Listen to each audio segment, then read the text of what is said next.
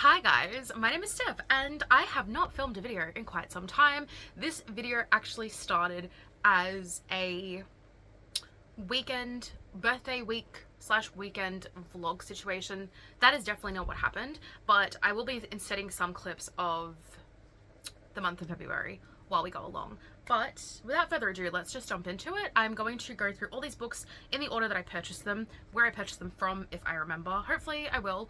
And just what else was going on in my life. So it's less of a vlog and more of just like a monthly recap for me. Technically, February is not yet over, but I can't imagine buying any more books in the next couple of days because I have to get my 2 wisdom teeth on this side taken out on Thursday. So I don't have any money to be spending on books.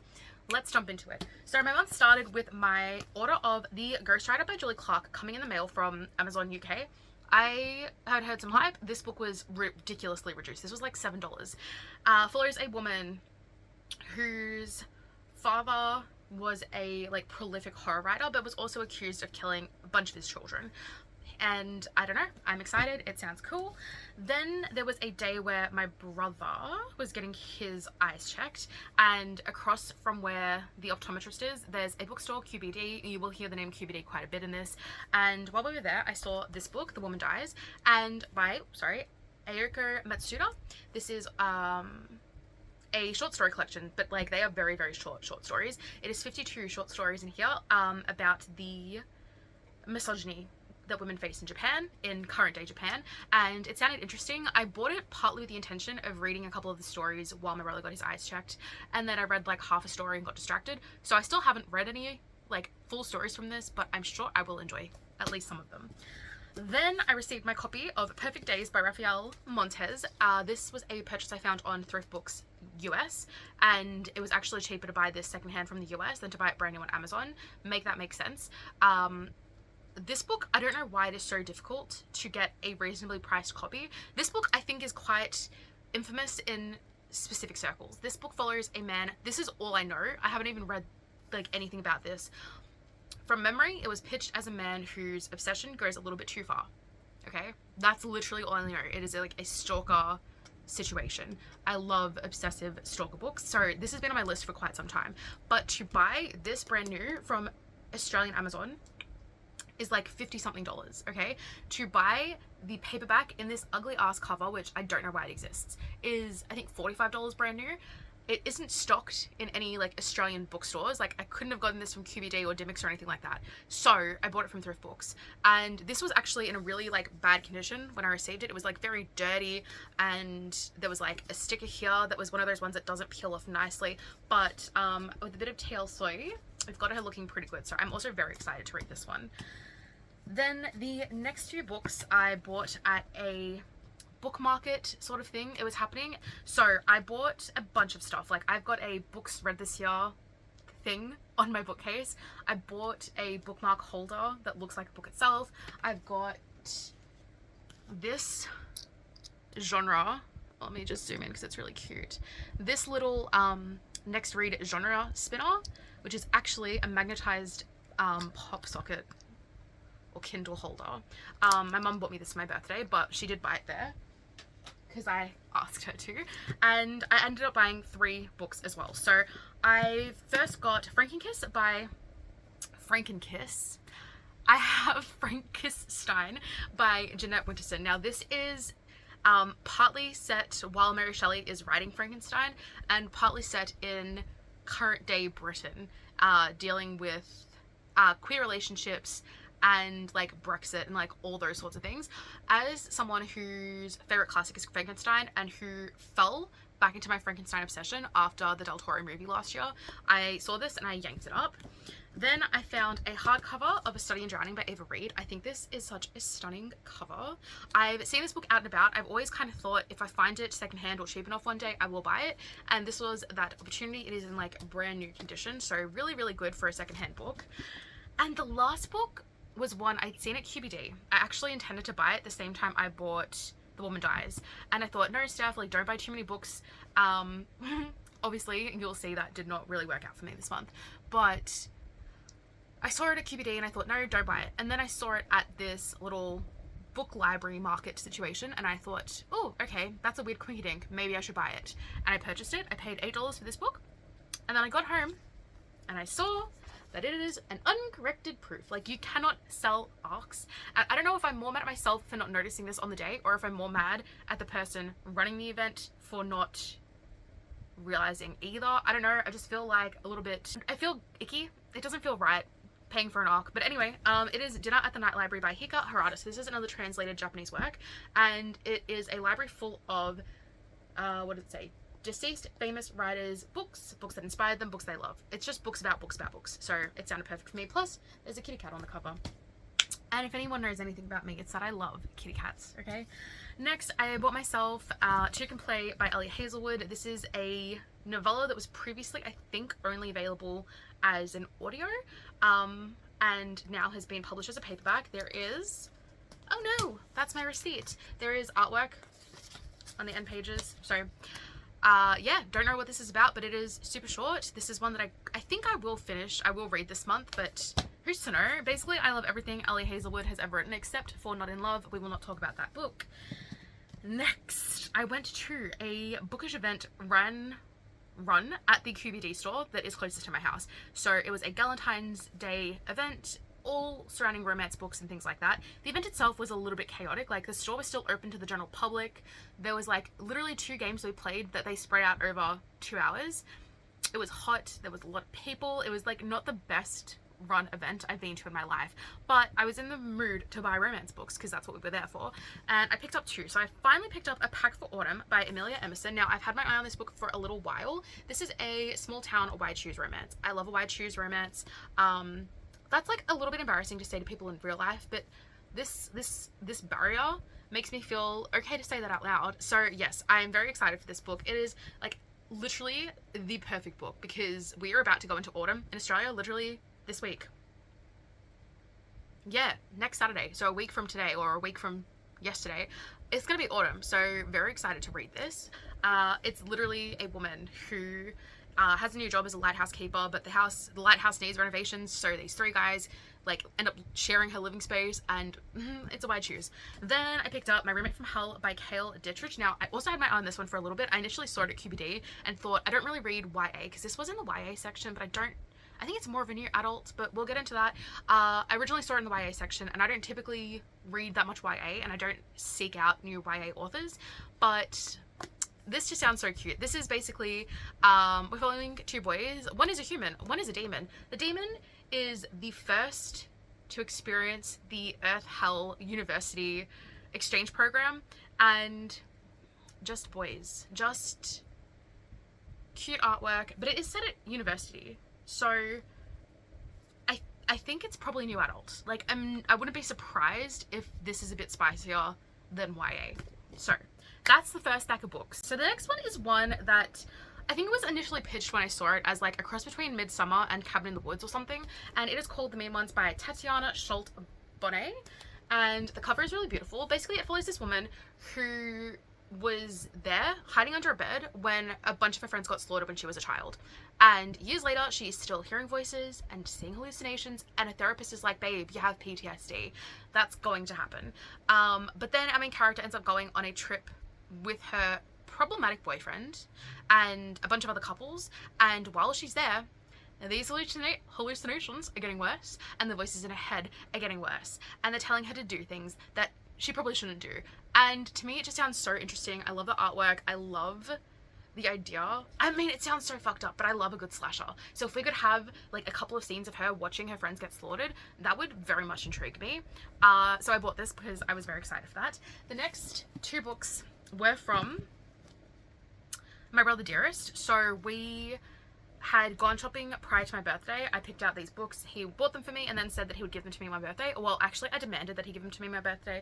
I didn't want to like receive them before my birthday because I wanted something to open on my birthday.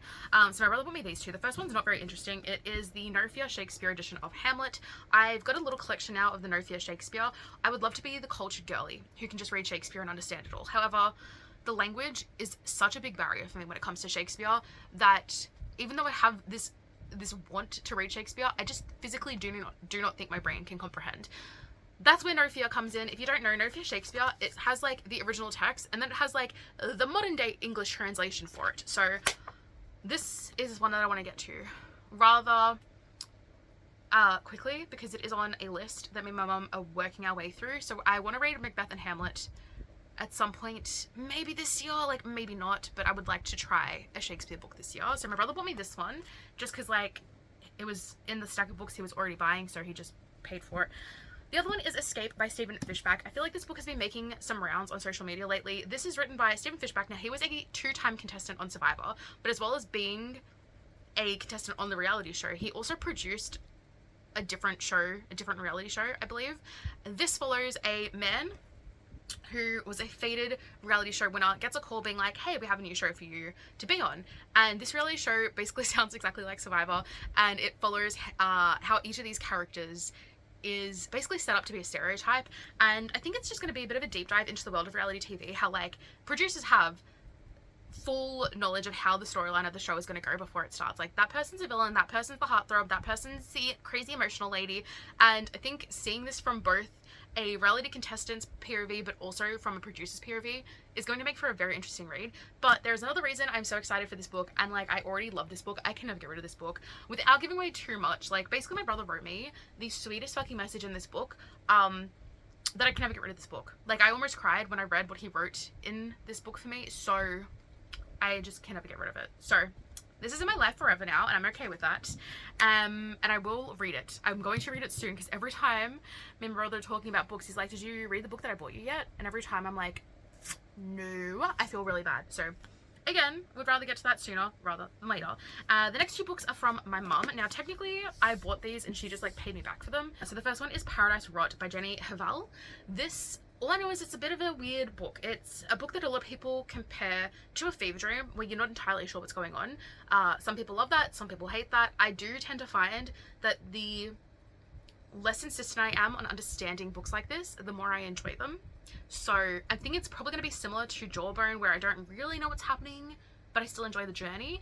This follows, I think, a woman who starts at university and kind of becomes obsessed with her roommate, but weird things are happening. I don't really know, but it's super short. This is one that I want to read this weekend. And she also got me The Bachelorette Party by Camilla Sten. Now, Camilla Sten wrote The Lost Village, which was one of my favorite books that I read in, was it Spooktober from 2 or 3 years ago? I think it was 2 years ago. Really, really enjoyed it. I also have her other book. I don't remember what it's called. I haven't read that one yet, but this is her newest release and I've been wanting it since it came out. So I bought it and then my mum reimbursed me for it. This follows a group of 4 friends where they spend every, I think, summer vacationing somewhere together. And then one year, none of them come back. 10 years after the fact, we are following a true crime podcast, so trying to figure out what's happened. I love books that have a podcast element, so I'm very, very excited for this. Plus, I really enjoy Camilla Sten's writing style. Now, I will insert a clip of me here. I'm about to get so much free birthday food. I'm very, very excited. Me and my brother are going shopping and getting my free birthday foods. I will take you along for the ride. Maybe. On the aftershave, still red? A little bit. Hi. Hi. My cinnamon scroll pancakes. This, it looks like not good on camera. Yeah, it looks like slop, but it is delicious. Yum.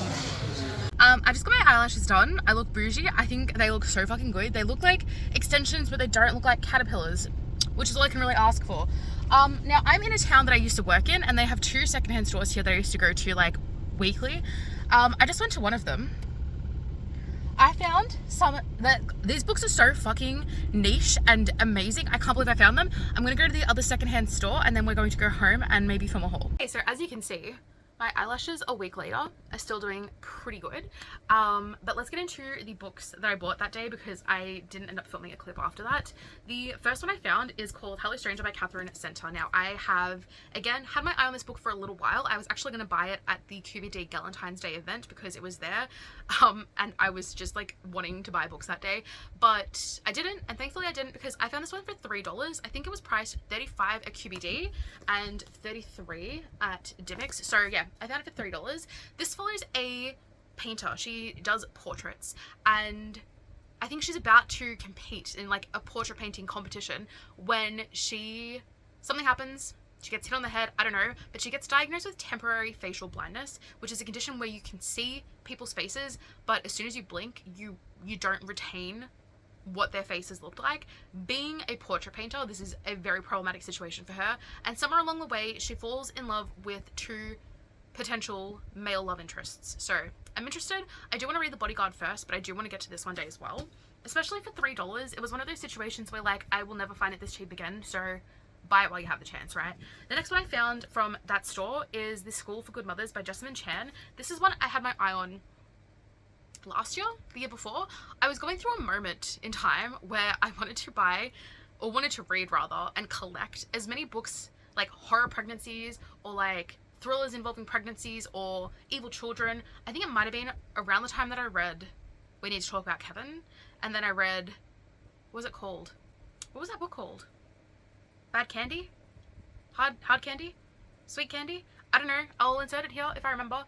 There was also that other one by Lucinda Berry, The Perfect Child. So I was reading a lot of these books about the horrors of childbirth and having children. This is a book that came up sort of around that genre. This follows a woman who's been labeled as an unfit mother. So they sent her to this institute to retrain her how to be a mum. Now, I don't know if this is a thriller in, like, she gets sent to this place and can't escape, or if it's dystopian as in they are doing something to mentally change her. I have no idea, but I'm very excited for this book. So that was also $3. And then as I was about to leave, I found this book for $1. This was in like the we want to get rid of these books, so we're selling them for $1 bin. It's Feast While You Can. This came out in, I think it was 2024. It is a fairly new horror release. This book is in perfect condition, has never been read, and I saw it and I recognized it, so I grabbed it. It is a horror, a queer horror about a woman who's falling in love but is also being possessed. So that sounds right up my alley. Guys, I am in the theatre parking area for Miss Ethel CAIN. It is really hot outside. I think it's like 30 degrees right now, and it's 7 p.m.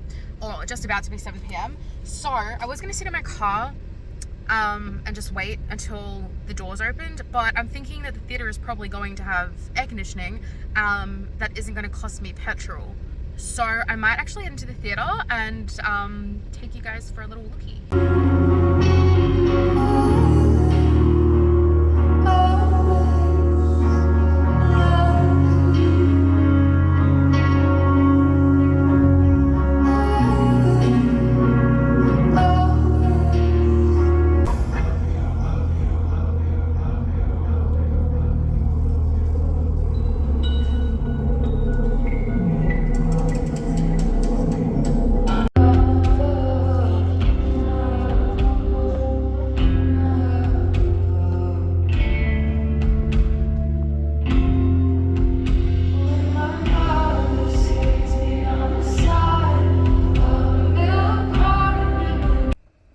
So the Ethel CAIN concert, like, I haven't been to a concert in so long. Nowadays, I typically am going to like theater, musicals, that sort of thing.